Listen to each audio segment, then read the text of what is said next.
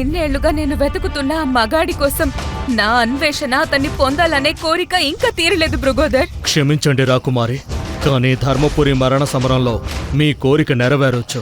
ఆ రాజ్యంలో చాలా మంది కొత్త బానిసలున్నారు. తెర వెనుక నుంచి ఇద్దరు దాసీలు రత్నపురి సామ్రాజ్య చక్రవర్తి శంకర మహారాజు కుమార్తె రాజకుమారి మనోహరి ఆమె మంత్రి భృగోదర్ మాట్లాడుకోవడం వింటున్నారు.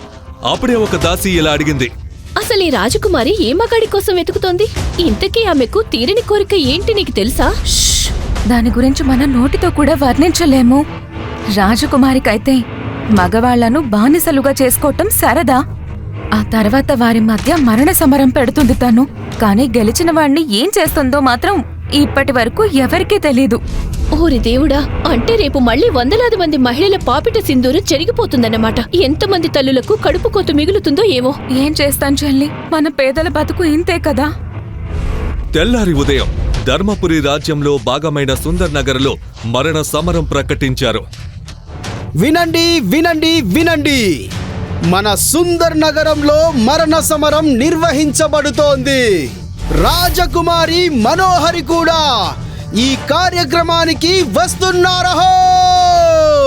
ఈ ప్రకటన విని ప్రజల గుండెలు దహించుకుపోయాయి. ఈ సంపన్నులు మృత్యుకీడును తమ సరదాగా మార్చుకున్నారు. మరణ సమరంలో బానిసలకు ఒక నియమం ఉంది. రాజకుటుంబంలోని ఏ యోధుడినైనా ఒక బానిస ఓడించి ప్రాణాలతో బయటపడితే అతనితో పాటు మిగిలిన బానిసలను కూడా విడిచిపెడతారు. కానీ ఇదంతా అంత తేలికైన విషయం కాదు. ఎందుకంటే ఈ బానిసల జీవితాలు నరకం కంటే దారుణంగా ఉంటాయి. ఇందులో 16 ఏళ్ల విశ్వజిత్ సూర్య కూడా బందీగా ఉన్నాడు. అతను మామూలు ఖైదీ కాదు. రేపు సాయంత్రం అనే కొత్త సూర్యుడు ఉదయిస్తాడు. ఈసారి మీ అందరి తరపున నేను పోరాడుతాను. ఇచ్చివాడ్లా మాట్లాడకు విశ్వ. నీ పరిస్థితి మనందరి పరిస్థితి చూడు. మనల్ని రోజంతా కొడతారు. మనం సరిగ్గా మన కాళ్ల మీద కూడా నిలబడలేము. మరి ఆ మనోహరి నుంచి మనల్ని ఎవరు కాపాడుతారు?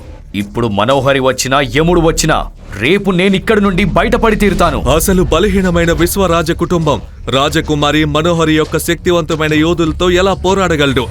అందరి మనసులో ఇదే ప్రశ్న. అతని గత జీవితం విశ్వ కళ్ళ ముందు ఒక సినిమా మాదిరిగా తిరుగుతోంది. 3 సంవత్సరాల క్రితం 13 ఏళ్ల విశ్వ తన తండ్రి రాజా సూర్యశేఖరుణ్ణి వెతుక్కుంటూ అతని గదిలోకి వెళ్ళాడు. నానా నానా నానా, ఎక్కడున్నారు మీరు?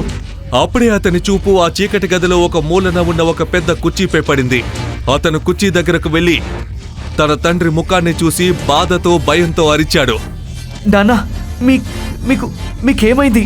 ఇదంతా ఎవరు చేశారు? రాజా సూర్యశేఖరుడి ముఖం నీలం రంగులోకి మారిపోయింది. నోటి నుంచి రక్తం కారుతోంది. పదండి, త్వరగా డాక్టర్ దగ్గరికి వెళ్దాం. లేదు నాయనా, నా దగ్గరంత సమయం లేదు. మహర్షి జనార్దన రాసిన పుస్తకాన్ని నీ చిన్నాన్నలు ఇందుశేఖరుడు ఇంకా సోమశేఖరు నుండి కాపాడు. ఇప్పుడు నువ్వు ధర్మపురి చివరి ఆశవి, అలాగే శ్వాసవి కూడా. రాజా సూర్యశేఖరుడి శరీరం నిర్జీవంగా ఒక పక్కకి ఒరిగిపోయింది. విశ్వ గట్టిగా ఏడుస్తున్నాడు. నాన్నా నాన్నా. అప్పుడే ఆ గదిలోకి విశ్వ ఇద్దరు చిన్నాన్నలు ఇందుశేఖరుడు సోమశేఖరుడు సైనికులతో కలిసి వచ్చారు. ఇందుశేఖరుడు సైనికులకు ఆదేశం ఇచ్చాడు. సైనికులారా, ఈ విశ్వాను బంధించండి, బానిసల కారాగారంలో వేయండి. సడన్ గా జరిగిన ఈ సంఘటనతో విశ్వ భయపడ్డాడు. అతను తన చిన్నాన్నల ముందు చేతులు జోడించి వేడుకున్నాడు. చిన్నాన్న, దయచేసి అలా అనకండి. నాన్నగారిని కాపాడండి. సడన్ గా ఆ గదిలో విశ్వ అమాయక ముఖంపై ఇందుశేఖరుడు కొట్టిన చెంపదెబ్బ చప్పుడు వినిపించింది. నీ తండ్రి గొప్పవాడిగా ఇంకా నిజాయితీపరుడుగా పేరు తెచ్చుకోవాలనుకున్నాడు. దాని శిక్ష ఇప్పుడు నువ్వు అనుభవించాలి. వీణ్ణి తీసుకెళ్ళండి, రోజు కొట్టండి, ప్రతిరోజు వాడు చావు కోసం భిక్ష అడిగేలాగా చెయ్యండి. సైనికులు విశ్వను ఇనుప సంకెళ్లతో బంధించారు. నేను మిమ్మల్ని వదిలిపెట్టను, మోసగాళ్లారా, ద్రోహులారా. నేను మా నాన్న చావుకి ప్రతీకారం తీర్చుకోవడానికి ఖచ్చితంగా తిరిగొస్తాను. మీరిద్దరూ గుర్తుంచుకోండి. కేవలం విశ్వానే కాదు, అతని ఏకైక సోదరి విశ్వప్రియను కూడా ఈ మోసగాళ్లు బంధించారు. సప్తశక్తి ఆశ్రమానికి ఆమె చదువుకోవడానికి వెళ్ళింది. ఆమెకు తన తండ్రి మరణం, అన్నయ్యను బానిసగా చేసిన విషయం గురించి తెలియదు. విశ్వ తన చెల్లిని రక్షించాలని అనుకున్నాడు. దానికోసం అతను ఈ బందికాన నుండి తప్పించుకోవడం చాలా అవసరం.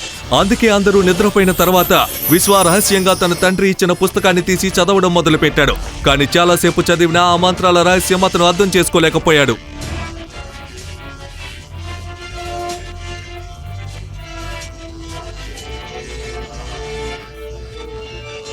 కోపం విసుగుతో విశ్వ ఆ పుస్తకాన్ని గదిలో వెలిగే దీపంపైకి విసిరికొట్టాడు.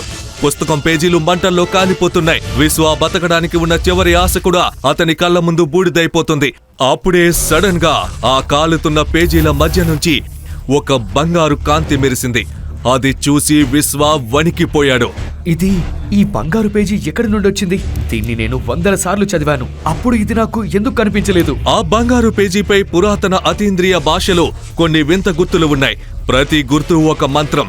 విశ్వ దానిపై చేయి పెట్టగానే ఆ బంగారు పేజీ చిన్న ముక్కలుగా విడిపోయి ఆ ముక్కలు విశ్వ శరీరం అంతటా అంటుకోవడం మొదలుపెట్టాయి. అతని శరీరం వేడి లావాలాగా కాలిపోవడం మొదలైంది. నా శరీరం కాలిపోతుంది. నన్ను రక్షించండి. అసలు నాకేమవుతుంది? విశ్వ అరుపులు ఆ కారాగారం అంతా ప్రతిధ్వనించాయి. కానీ అతని అరుపులు బయట వారికి వినిపించలేదు. అప్పుడే అతను తప్పించుకోవడానికి తన గదిలో ఉన్న ఒక నీటి తొట్టిలోకి దూకాడు. కానీ ఆ నీళ్లన్నీ ఆవిరైపోయాయి. అతని చర్మ రంధ్రాల నుండి వేడి ఇనుము లాంటి ఎరుపు రంగు కాంతి బయటకు రావడం మొదలైంది. విశ్వ కళ్ళు నొప్పితో మూసుకుపోయి అతను స్పృహ తప్పి నేలపై పడిపోయాడు. కాని ఆ తర్వాత అతని శరీరంలో ఎవరూ ఊహించనిది జరిగింది. సూర్యుడి మొదటి కిరణంతోనే మరణ సమరం మొదలైంది.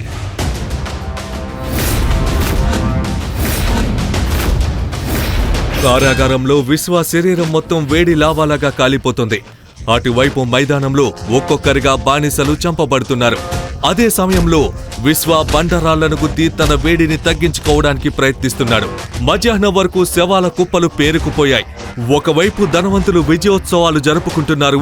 మరోవైపు ఏడుస్తున్నా అరుస్తున్నా పేదలు బానిసల కుటుంబాల బాధ భూమి ఆకాశాన్ని కూడా వణికించింది. మైదానంలో సుందర్ నగర్ యొక్క క్రూరమైన శక్తివంతమైన రుద్రతేజ నిలబడి ప్రజలకు సవాలు విసురుతున్నాడు.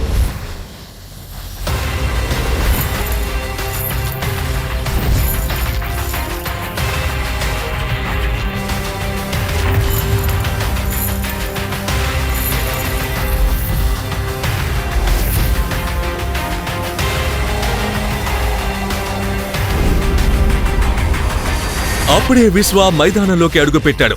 అతన్ని చూసి రుద్రతేజ ఇలా అన్నాడు. ఓహో, నువ్వింకా బ్రతికే ఉన్నావా? నీ చావు నా చేతుల్లోనే రాసిపెట్టినట్లుంది. నా కథ విన్న తర్వాత నీలాంటి సోదరులు లేదా బంధువులు తమ ఇళ్లల్లో ఎప్పుడు ఉండకూడదని ప్రజలు కోరుకుంటారు. బలహీనమైన వాళ్ళు బంధాలు ఏర్పరచుకుంటారు. నేను ఒక్కడినే చాలు. నువ్వు చావడానికి సిద్ధంగా ఉండు. రుద్రతేజ తన పిడికిల్ని బిగించాడు. అతని శరీరంలో నీలి శక్తి ప్రవహించింది. అతని బలం 100 ఏనుగులతో సమానం. రుద్రతేజ అదే పిడికిలతో విశ్వ ఛాతీపై కొట్టాడు. విశ్వ దూరంగా వెళ్లిపడ్డాడు. కానీ ఈసారి అతనికి ఏమాత్రం నొప్పి అనిపించలేదు. అతని శరీరంలో వేడి ప్రవాహాలు మొదలయ్యాయి. రుద్రతేజ ఊహించని విధంగా విశ్వ లేచి నిలబడ్డాడు. ఇంకాస్త బలం తెచ్చుకో రుద్రతేజ, ఇది నాకు ఏమాత్రం చాలదు. రుద్రతేజ ఆకలితో ఉన్న తోడేలిలా విశ్వపై విరుచుకుపడ్డాడు. అతను ఎంత కొడితే విశ్వ శరీరంలో అంత శక్తి పెరగడం మొదలైంది. అతని శరీరం నుండి ఎరుపు రంగులో వేడి ద్రవం కారడం మొదలైంది. అందరూ దానిని రక్తం అనుకున్నారు. కానీ అది బాడీ ప్యూరిఫికేషన్ టెక్నిక్. విశ్వ తన దెబ్బలను తట్టుకోవడం చూసి రుద్రతేజ కోపంతో ఊగిపోయాడు. ఎందుకు నీకు ఏం కావట్లేదు? నువ్వు నా సహనాన్ని పరీక్షిస్తున్నావా? అయితే ఇప్పుడు చూడు. రుద్రతేజ నంది సహస్ర ముష్టికతో విశ్వపై దాడి చేశాడు. దాని బలం 10 బర్మడ్ బాంబులతో సమానం. ఈ దెబ్బతో విశ్వ చాలా దూరంలో పడిపోయాడు. విశ్వపై దాని ప్రభావం చాలా తీవ్రంగా ఉంది. అప్పుడే అతని శరీరంలో ఉన్న 9 దివ్య నాగశక్తులు మేల్కొన్నాయి. విశ్వ శరీరంలోని 4 మూలాధార చక్రాలు ఒకేసారి మెరిశాయి. అతను మళ్లీ లేచి నిలబడ్డాడు. ఇది చూసి అక్కడ ఉన్న ప్రజలు తమ కళ్ళను తాము నమ్మలేకపోయారు. విశ్వ రుద్రతేజ శక్తి మొత్తాన్ని పీల్చేసుకున్నాడు. నీ టైం దగ్గర పడింది రుద్రతేజ, ఇప్పుడు నా వంతు. విశ్వ ఒక పెద్ద గుద్దు గుద్దాడు. కేవలం ఆ ఒక్క గుద్దుతో అతను చాలా దూరంలో పడిపోయాడు. ప్రజలు ఆనందంతో ఉప్పొంగిపోయారు. డప్పులు మ్రోగాయి. మనోహరి తన కుర్చీలో నుంచి ఆశ్చర్యంతో లేచి నిలబడింది. ఒక బానిసలో ఇంత శక్తి ఎలా ఉంది? అసలు ఈ సర్వశక్తిమంతుడు ఎవరు? అతని రహస్యమేంటో త్వరగా తెలుసుకోండి. నా వెతుకులాట పూర్తయినట్టుంది.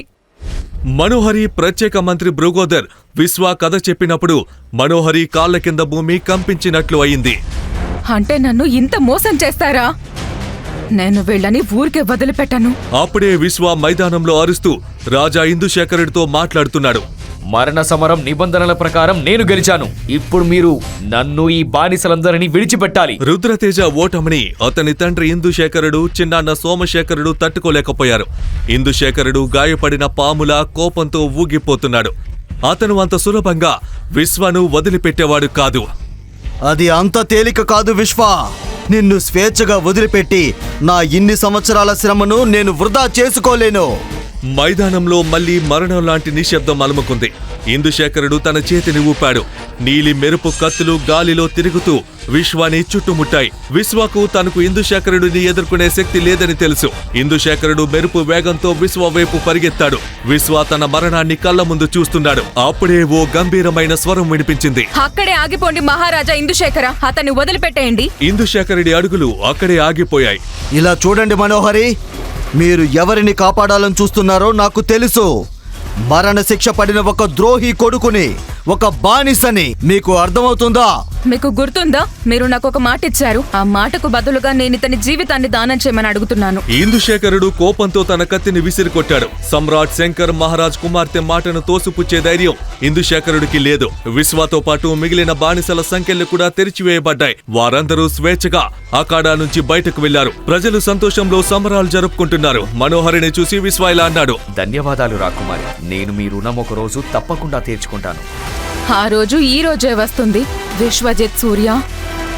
మనోహరి మాటల ఆంతర్యం విశ్వకి అర్థం కాలేదు. అతను మిగిలిన బానిసలతో కలిసి సుందర్ నగర్ నుంచి బయటకు వెళ్తున్నాడు. కాని వారు నగరం సరిహద్దుకు చేరుకోగానే బానిసలందరిపై ఇనుప వల విసిరారు. వారు మళ్లీ బందీలు అయ్యారు. విశ్వ ఏం జరుగుతుందో అర్థం చేసుకునే లోపే ఆకాశం గర్జించడం మొదలైంది. ఒక పెద్ద ఇనుప కుండ నేలపై పడింది. దానిలోంచి అసహ్యంగా కనిపించే ఓ ముసలి వ్యక్తి బయటకు వచ్చాడు. అతన్ని చూసి అందరూ భయంతో అరిచారు.